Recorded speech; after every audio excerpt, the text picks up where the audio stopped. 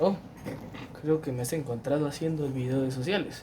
¿Por qué? Te preguntarás. Porque este video se trata sobre las revoluciones del siglo XIX en los años 1830 a 1848.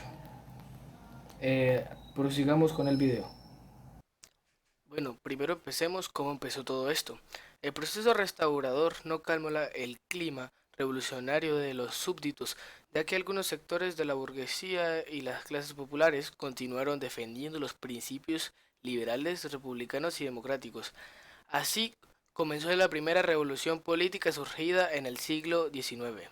Las revoluciones imperiales empezaron en países como España. La revolución empezó con el levantamiento del coronel Rafael de Riego, suceso que fue aprovechado por los liberales para obligar al rey a jurar fidelidad a la Constitución de 1812. Sin embargo, el ejército francés apoyó al monarca español, derribó el régimen constitucional español y restituyó a Fernando VII como rey absoluto. Mientras, en Portugal, un grupo de oficiales introdujo una constitución radical y obligó a la corte a aceptarla. Sin embargo, cuando la Armada británica retiró su apoyo a los liberales portugueses, se volvieron a organizar las antiguas cortes. También en Piemonte italiano y las dos Cilicias, sectores de carácter independentista y nacionalista se levantaron en contra del emperador austriaco, pero fueron reprimidos. Bueno, esos fueron los tres países.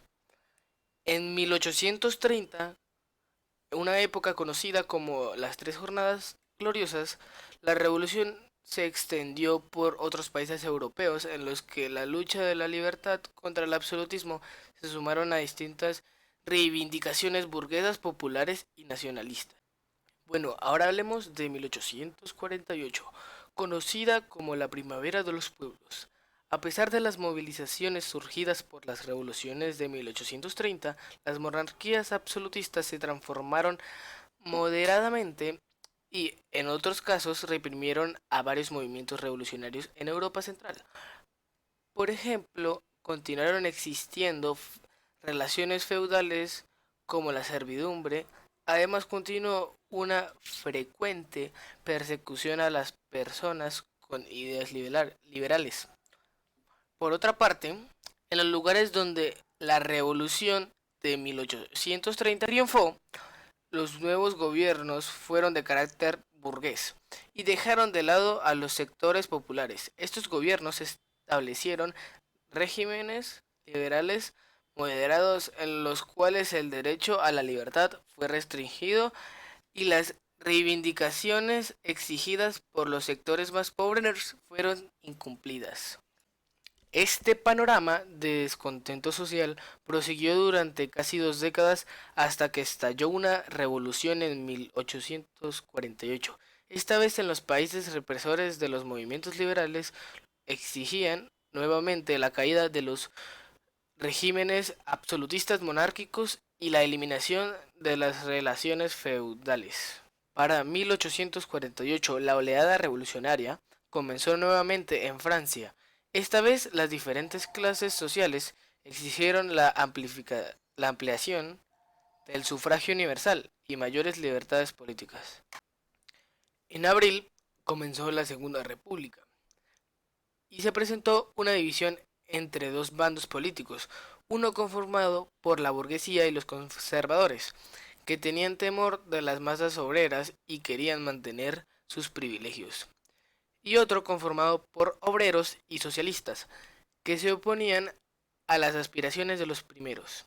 Finalmente, fue elegido presidente el candidato conservador Luis Napoleón Bonaparte, sobrino de Napoleón Bonaparte, y se acallaron las reivindicaciones de los obreros. Bases ideológicas de las revoluciones liberales.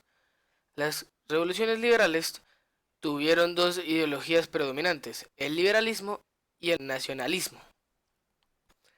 El liberalismo, esta ideología rechazaba las monarquías absolutistas, así como restaurar y recuperar los derechos y libertades que habían reconocido la Revolución Francesa. El nacionalismo, las invasiones napoleónicas aumentaron el sentido de pertenencia hacia las regiones o una nación. El Congreso de Viena había ignorado la identidad cultural e histórica de los pueblos autóctonos, como el polaco, el belga, el noruego o el italiano.